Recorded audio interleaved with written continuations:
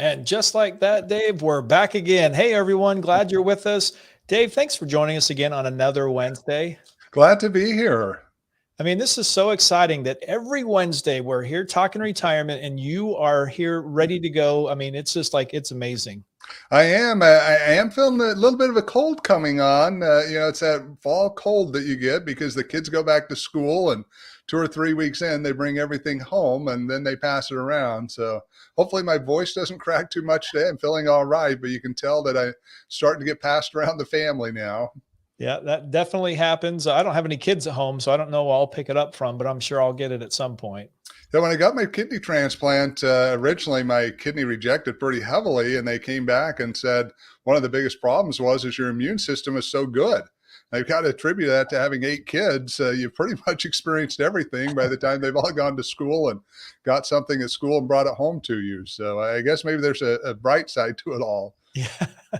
Well, that's awesome. And Dave, again, thank you so much for being here. And I want to thank those that are joining us live and those on replay. It is so awesome every week to sit down and just dissect the questions that come in. And Dave, we just get hundreds and hundreds of questions every week. I mean, we get thousands over the year, but it's really fun to sit down and just go through all of these questions. And I feel like sometimes we get repeats, but Dave, we just get a lot of unique questions and people are really trying to get after their retirement changes. Yeah, they really are. And unfortunately, we've got a lot of people that are asking questions, trying to solve issues that they're a little late on. And again, better late than never. But I'm working with an individual right now that's really struggling, unfortunately. Got into a lot of products back years and years ago. All of his advisors have passed on, and they weren't the best products for his retirement. A lot of them are costing him a lot of money that he's hating to have to spend on an annual basis and shouldn't have ever had to spend had things been set up the way they should have in the beginning. And Dave, I want to remind those that are here live. I know a couple weeks ago, we had a couple that were saying, "Hey, I'm not getting notifications on Facebook or YouTube." And so, if you are subscribed, let us know if you are not getting those notifications, and we'll continue to reach out and find all the little kinks that are happening, and make sure you get those notifications when we go live. I think that's really important that you're getting those lives so you know every single week when we're here and when we can start to jump on and answer your questions. Yeah. All right, Dave, let's remind people again, we are here to answer your retirement questions. So I have a whole book of questions here to throw at Dave. But if you're on here live and you want to throw your question in and you're ready for it, go ahead and put that in the comments and I'll do my best to squeeze that in with all the other questions. And we'll really just see what we can do to make this work. And Dave, if you remember last week, we talked about the difference between a Roth IRA and a traditional IRA. And with that, we received a question from Ellie. And let me get it up on the screen here. So because we talked about that last week, she said, "Dave, should I open a Roth IRA?" Yeah, it's my belief that everyone should open a Roth IRA, regardless of whether you're going to contribute a bundle of money to it or just have it there. And part of that's because there's a 5-year rule with these accounts that if you're putting contributions into them, there's these 5-year rules on an account being set up for that period of time. So I recommend anyone puts at least $50 in one if they can. Now you've got to meet the qualifications, but even if you don't have a lot of money to put in there, put $50 in, get it started. Now, theory, I would want, especially a 44-year-old, you hopefully have $6,000 that you can put into there at least, and then may need additional funds going into a 401k, life insurance products, whatever the case may be, other investment accounts. Dave, can a Roth IRA be established at any time? It can. Yeah, it can. And as long as you're working, you have the opportunity to continue to contribute into these accounts. And Dave, so here we focus on eliminating or reducing risk. And so I wanted to ask you, how does your risk tolerance or investment preferences play into a role when we choose a Roth IRA provider? Yeah, really what you're wanting to look at is where do you believe taxes are going? That's all it is. Again, I've mentioned here and on some of my webinars, individuals will try to convince me that somehow there's a time value of money, a present value calculation that gets involved. That's not true. And guys, this is really a true tax play. If taxes are 1% less in the future than they are today, hey, you ended up should have never done a conversion. If they're 1% more, hey, you should have done the conversions now so you could save that money in the future. And Dave, so right now, as we see it, when are taxes slated to go up? And let's talk about that for just a bit. Yeah, January 1st, 2026, they're going up for everyone. That's when we go back to the 2017 tax rates and brackets. but it's 2030 CR that I'm worried about. And it's not because it's been booked out there. We're not seeing, you're not going to go out there and see articles on this. It's because as we look at the math and we look at what's going on, we're going to have some major issues right around 2030 with our national debt, Social Security, Medicare, all these huge expenses we have. Only option the government has that I see is they're just going to have to increase those taxes at that time, and it could be substantial. So it makes this a very easy option then if we're looking at those Roth IRAs right now. Correct. Dave, are these Roth IRAs insured? So with most products, no. I mean, again, if you took your Roth IRA and put it into, I guess, a bank account, which is not going to make you enough interest, it would be insured by the FDIC, or maybe even put into a certificate of disappointment that also is not going to make you any more interest. But if you look at what most people are doing with their Roth accounts, many of them are putting them into stock market, bond market. Now, again, if that grows, you get to a point you can put into an annuity that would be principal protected with an indexed annuity. So really depends upon what you're investing in. The accounts themselves are just a tool to figure out how to tax them with it from the government side and how they'll interact with the market. It's really the investment inside that you're looking at the various risks on. Dave, I love the fact that you said, even if you're just throwing $50 in this, I think it's a really important thing that we just get somebody to take action. Again, that's why we're here every week, is helping those that are here saying, okay, what can I do for myself, for maybe parents, or for kids? I think this is something we all need to look at in our life. Absolutely. It definitely is. Dave, since we're talking about the Roth IRA, I did want to bring up, I have a question here live from Facebook from Mike. Let me see if I can get it on the screen here. I've got to hide this other one here. There we go. All right, Dave, Mike is wondering, can I set up a Roth IRA for my kids if they have no earned income? Mike, no, you can't. Welcome. Glad to have you, but no, you can't. So one of the requirements that you have to be able to contribute is to have earned income. So you also have a income limit that if you have too much income, you're not going to be able to contribute, but you cannot contribute any more than your earned income. Yeah, is. So again, if you have nothing, you can't put anything in. Now, if someone had $2,000 of earned income, they would only be able to put $2,000 in. So you can't exceed that on the minimum end, but unfortunately you can't. Now, we do see people, when I was doing a lot of tax planning and structuring, that if people could set up a business for their kids, maybe pay them in that business, maybe you're a self-employed person yourself, got that set up to where you could have them do goods and services for you, be able to pay them money, and then be able to put that money into a Roth for them. But without that income, it's just not going to happen. And I think that's a great strategy there also, Dave. And I wanted to point out something. And Mike, again, thank you for joining us on Facebook here. Dave, he said, hope you're staying cool. 115 degrees in Santa Rosa yesterday. And my guess is most of these people, I don't know, Mike, you can confirm it. I know a lot of people coming out of California, there's not a lot of AC units in many of those homes. We talk about it coming from Las Vegas, that you're used to that heat. You've got AC units. In fact, that was one of the big things I saw when I lived in Vegas. People had come out of California, and we lived in a neighborhood that had fairly large houses. We thought, hey, this is going to be great. Well, all of a sudden they get there, and instead of having the wind blow everything, blow the air through and keep it cool, it's summertime. All of a sudden they've got $1,000 bill just to keep their AC units going, and they struggle to keep up with the costs. They're going, wait a second, that was $1,000 a month I didn't pay before, wasn't planning on, and now I've got to pay that during the summer months to keep cool. So yeah, Mike, I'm filling for you today. Luckily we're getting some cooler temperatures here. And Mike said, Dave, thanks. Great answer for him. And Dave, it's funny. I was in Florida over the weekend, and my buddy I was with kept running for the shade. He's like, I just got to get some shade. And we had this whole discussion about the Vegas heat. And I said, the problem is if you go to Vegas and you try to get into the shade, it's the same as if you're in the sun. Yeah. There's no temperature difference at all. Yeah, exactly. All right, Dave. Well, let's get down to our next question. And again, if you have a question, like I said, if it's on those topics or not, let's go ahead and get those in, and we'll do our best to get those in between all the questions we have live here. All right, Dave, this is from Zach, and Zach is a CPA. What should I do if my employer doesn't offer a 401k? Well, there's a couple of things that come to mind. Number one is lobby them to get one. In this day and age, there's no employer that should not have one of these plans. And when you look at the tax benefits and stuff that they can get back for the fees, not going to be that expensive. Again, when you look at it, it's not something that's going to break the bank for your employer. That's number two. You may even look at going to another employer. Now, I'm not saying that that's what you should do just for a 401k, but these are valid benefits that help you get to a safe and secure retirement. And the unfortunate side is, Zach, you're asking, but many people, if they don't have them available, just don't invest. So they get in a situation that, 5 years comes by, a decade goes, and then it's 20 years. They're saying, wait a second, I've done nothing now because there was nothing available. In fact, one of the big changes they're proposing now with Secure Act 2.0 is it'll be automatic enrollment into your 401k plan if you have one, and you have to opt out. I think it's absolutely brilliant, because far too many of us, it's the effort that it takes to sign up that keeps us from signing up. Well, if we can put that same effort into having to unsign up ourselves, hopefully more people will put money in, because we are not doing a good job at saving what we should for our retirement years.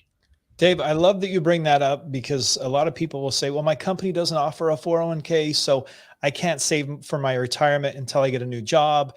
But Dave, I bring this up because can they still save for their future? Absolutely. There's many things you can do. We've got people that'll take that money and put it into the market. You've got people that'll put it into, real estate. You've got people that are going to put it into Bitcoin. I mean, all these various investments, you can still invest them. They're just going to be taxed different and may create some risk in your retirement you're not necessarily wanting to deal with. And again, there's other tax advantage products. Permanent life insurance can become a great tool for many people as a tool, part of their investment portfolio. But it's not the end all be all. But that being said, if I look at throughout my career working with people, those who've had 401ks, unless they're self-employed and making substantial amounts of money outside and investing in their business and stuff, what we find overwhelmingly is they're the ones with the most amount of money. Not always, obviously, but overwhelmingly, the ones with the 401ks have way more money in retirement than those who didn't have them available. Dave, are you seeing issues where there's Americans who just don't have access to 401k plans? Yes, and that's part of the problem too. And part of the discussion out there to fix is saying everyone should have access. And again, I don't quite understand why the government doesn't just open it up. I guess from a tax side, maybe that's the issue. But if you look at it, why should I be punished because I work for one company and not have the same retirement tools available to me that someone else has if they happen to work for company Z? And again, the company Z employer could be a horrible company and a bad place to work, but they've got a great retirement program. And yet my company's a wonderful place to work and I have no option. So it just really makes no sense to me why they don't open it up. And there are discussions to make it more available, but let's hope it happens. Dave, is there limits to what you can contribute? There is. $20,500 is the standard amount for 2022 into a 401k. Now, if you're 50 or older, you get a catch-up contribution of $6,500. So that's $27,000. If you're married, that's $54,000. And if you're self-employed, meaning you have your own solo account, you could put substantially more than that into these accounts. So yes, there are limits, but compare that to the $6,000 that goes into your IRA, or $7,000 if you're 50 or older. I mean, it's peanuts comparatively, and very problematic when we look out to future retirement. And again, why people have so much more money if they've got these plans, somewhat of a forced savings because it's coming out of the check before you get your check. And if you're having to put it into an IRA or something else, you get the check and all of a sudden you see all these things you can spend it on. And most people, unfortunately, don't take some out for themselves. Dave, I look at this too. I feel like many employees heavily rely on their 401k investments for retirement. So I'm thinking, is this and Social Security enough to say, hey, I'm good on retirement. I'm retirement ready and I don't need to do anything more with retirement or even get any more education? So not once you get there. Now, again, depending on your lifestyle, from a saving standpoint, you may come in and say, hey, I've got a Roth 401k, I've got a Social Security, I'm going to build all this up and have all these assets. And again, from a growth standpoint, may work for you. But once we get into retirement, there's so many risks. You don't want that traditional plan. Those traditional plans are subject to the 10 risks we talk about in our getting safely through retirement webinar. You're going to have problems with lack of income diversity. You're going to have problems with tax rate risk in many situations, again, unless you're using a Roth account, but still you've got employer matches that didn't go into the Roth.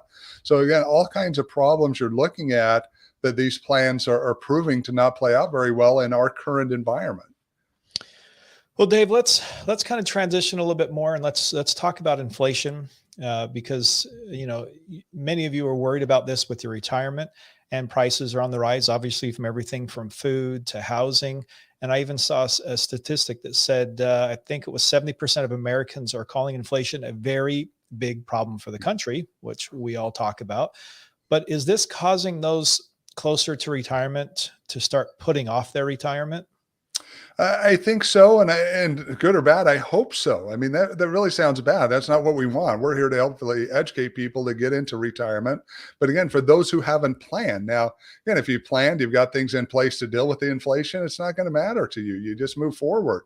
But for those who haven't, if you're sitting there with all your money in a bank account, and we've got this stock market that, and so the economists are predicting we're not anywhere close to the bottom. We're going to have some issues here.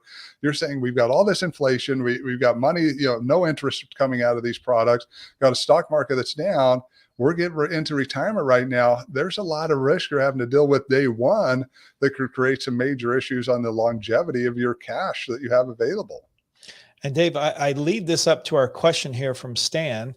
And Stan's wondering, how can I combat inflation if I won't get Social Security benefits? Stan, good question, but I think we can answer it too, saying, how do we combat inflation even if we do get Social Security benefits? So again, understand, even those who get it, the average amount that it's supposed to cover in retirement is only 40%. And the inflation adjustment isn't keeping up with true inflation. So yes, it's helping. But again, for everyone, whether you have Social Security or not, you've got to start looking at inflation adjusted products. And there are principal protected products out there that you can invest in that are inflation adjusted to help you deal with these issues. Because if not, you've got to save substantially more money. You've got to understand that, okay, and they're talking about, was going through some stuff a couple of weeks ago, saying if you had $100 at the beginning of 2021 and where you're at today, it's like $88. So from a spending power, and depending on what you're buying, it's worse than that. I mean, I was at the store the other day and items are up 50% on some of the stuff that we used to buy. So now all of a sudden you're saying, hey, it's even worse than that. And now we've got to make all that last, and we've got to, deal with all this. That means I've got to have more money to be able to deal with the reduction of my buying power. So Dave, if we're looking at this and let's say we're experiencing a reduction in our income, or if we're not, how do we make sure we continue to contribute to our retirement plan that we've laid out? So one of the things that I see, and I'm not answering that question specific, is we've just got to make it a priority. But one of the other things I see is many people structure their retirement in phases. Again, saying, okay, when I hit this certain phase, I may be still working part-time. I maybe have or haven't started claiming my Social Security. And so I need to have my retirement structured this way. Well, as I get further in, maybe I need additional phases of income. And there's products out there that can do that. Again, where you can set them up to where, hey, as I hit these certain periods, I can get a higher distribution out of these things. I can structure them so to help me offset inflation, to help me build for that. But again, it all comes back down to priority. I love that, Dave. So let's talk about one more thing on this let's talk about diversifying your portfolio. I mean, we're talking, if you said stocks, I mean, throwing bonds, cash.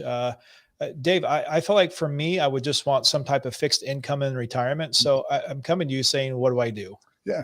And you should. I mean, again, we've spent 40 years of our life, whatever it is, we've been in the working field. We've spent that much time getting a paycheck.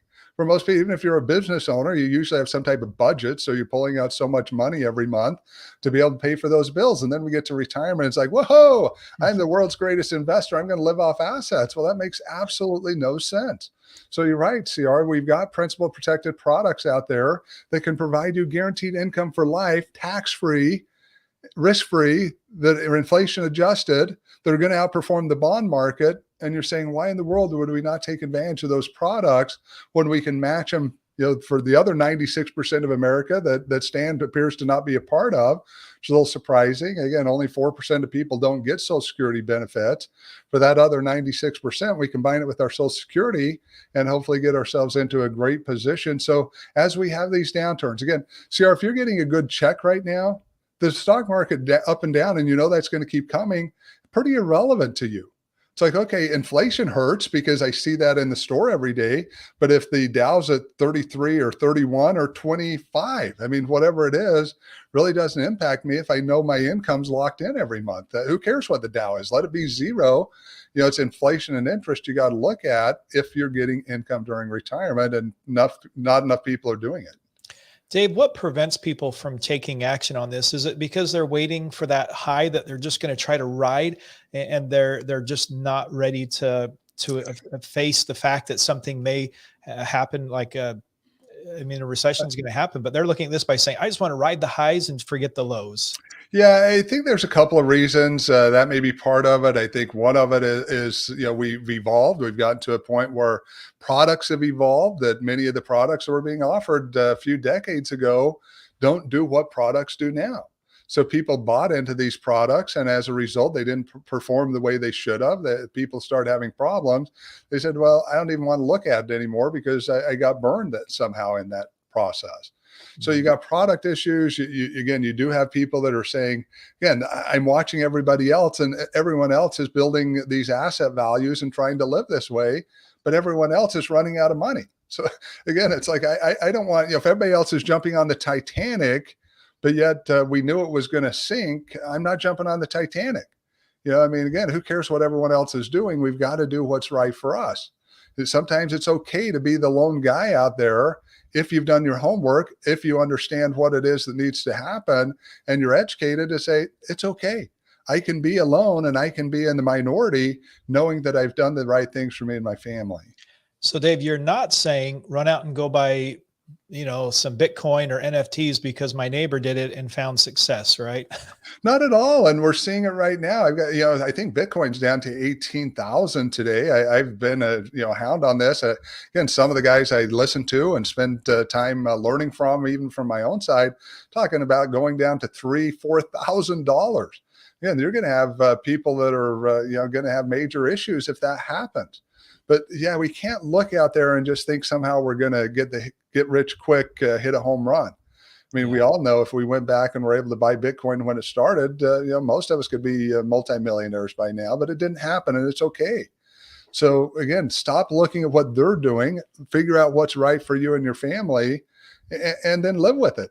I think far too many people try to live a life of someone else, and it never works out. Again, we buy the wrong house. Oh, somebody else I know bought this big house, I'm going to buy the big house. Mm-hmm. Well, then you're sick and tired of cleaning it, paying all the bills, doing all those things.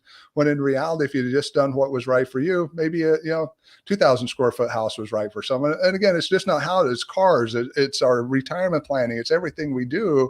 We somehow want to have our lives be someone else's. The glory of life is being able to choose for yourself and make it your life, and being comfortable that your life is your life. And it's so funny you say that, Dave, because as we get older, a lot of times we just want to get a house middle of the woods, not around anybody, just something that's just going to be perfect for us, for the two of us.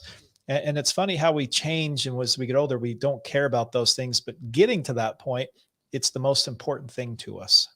It is. And it's interesting too, how many of us have stuff we just never use. That's the other problem. I go into people's houses all the time as a result of what I do, and very wealthy, nice houses, multi-million-dollar houses. See, 3/4 of these houses now aren't even being used. Yes, they were great when the kids were home, but now we get there and the kids are gone. And all of a sudden I've got one client's got a 10,000 square foot mansion. So they can't be using more than 2,000 square feet in that thing. But again, they pay all the costs and everything that associate with it, and they're in a position to do it. But I think too many of us in our own lives, this just happened. Again, my neighbor just bought a new car. I've got to buy that same, something similar to that, because that's what they all drive in my neighborhood. You know what? I drive a big, 12-passenger van that's all handicapped, decked out. You know what? That's what we need for our family, and it works. And yeah, it's not that it was my, I guess you could say it could have been my Corvette. But you know what? I'm cool with what I have. This is what our life is, and I'd much rather drive it and have the kids I have than do whatever all my neighbors are doing right now. I love that, Dave. I love that so much. Well, let's get into my next one here from Billy. And Billy is saying, does donating in retirement have any tax benefit?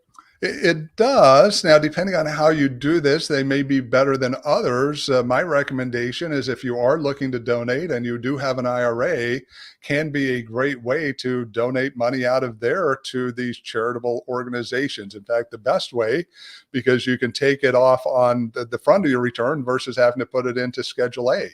Now, for those of you that are just taking a standard charitable contribution deduction, understand your standard deduction is like $27,000 right now if you're in retirement. So you're at a point that you've got to donate more than that.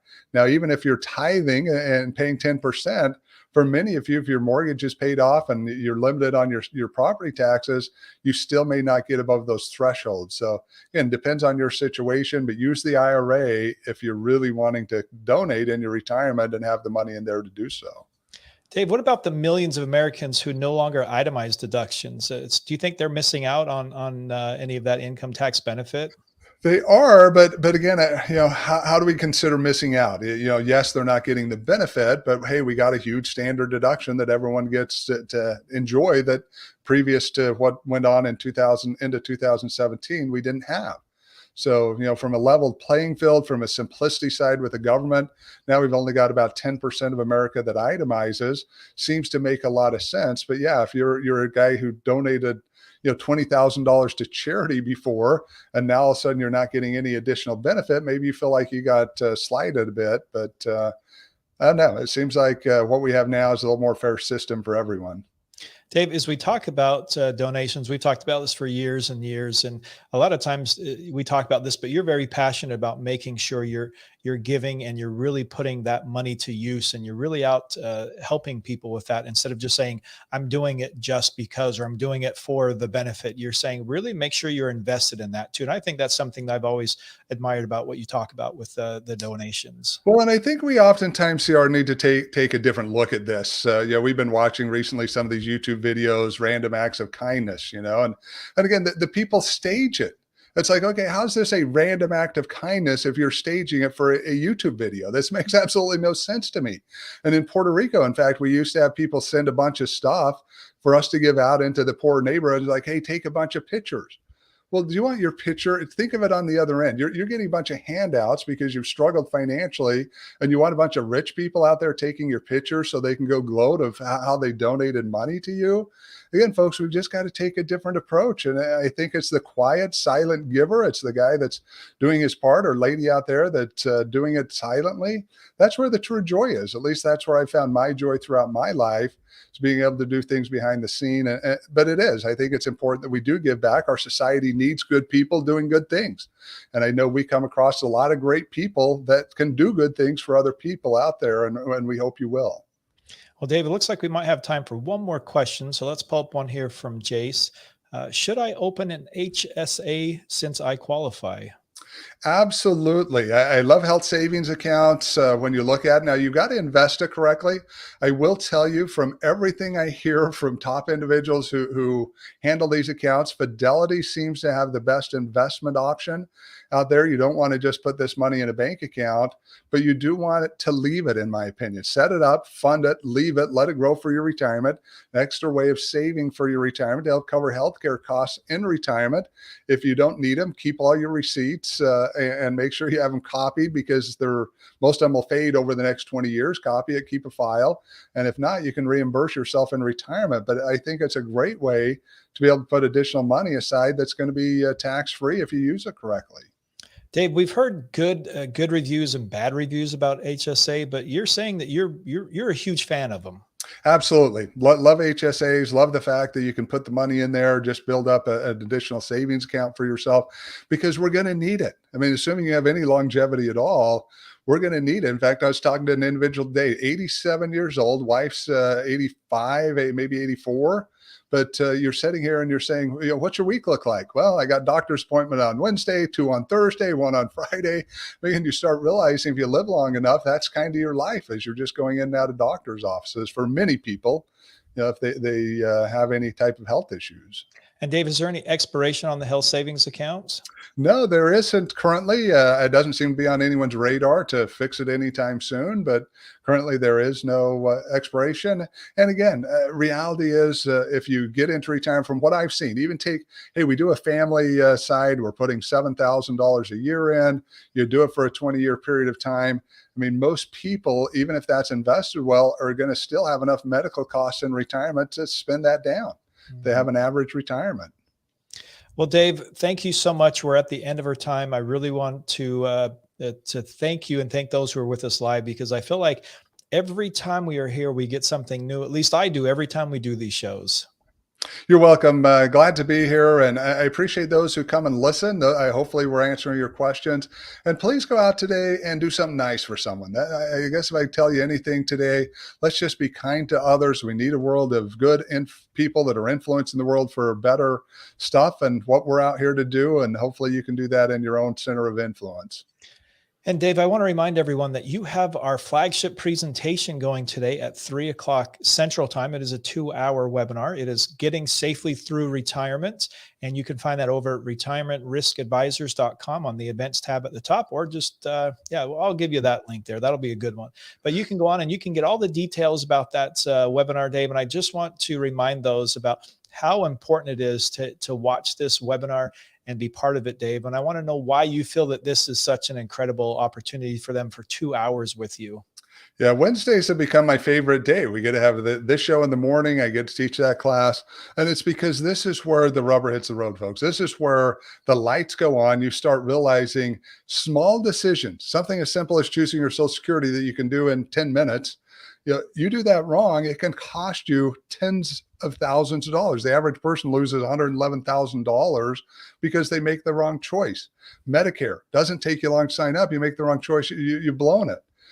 Retirement, you decide to retire at the wrong time, don't have everything set up correctly. So again, it's so important because it helps us understand what could possibly go wrong so we can prepare for it, not to scare us to death that it's going to happen, but so we can prepare so when it comes, we just float through retirement and say, okay, it hurts, and I'll have some empathy for those who are still going through it, but I'm okay. I'm fine. I don't have to worry about it anymore. And again, that's every Wednesday. Right now we have it every Wednesday at 3 o'clock Central. So go ahead and check out the calendar again at retirementriskadvisors.com and click on the events tab. And you can see that webinar and all the other webinars we offer right now. But I just don't want you to miss the one that we have currently coming on Wednesdays. Like you said, Dave, it's a fantastic day. Wednesdays are becoming kind of the amazing hump day right in the middle of the week, where you're just getting energized and getting all the information you can to help you get closer to you. We're not talking about just getting rid of everything in all those risks in retirement. We're talking about reducing and eliminating them so you can get a safe and secure retirement. Absolutely. Yeah, it's all here to help. That's what we're here for, is just to help you get the information you need. And as you get it, make your choices and make your decisions to get things put in place that you need to. All right, everyone. Again, thank you so much for being here. We will see you again next Wednesday at 11 a.m. Central Time. And if you have questions, you didn't get it on the show today, retirementriskadvisors.com, click on the Contact Us tab. Great little area. You can just fill that out and we'll get you on a future show. Until then, we'll see you next Wednesday. Goodbye.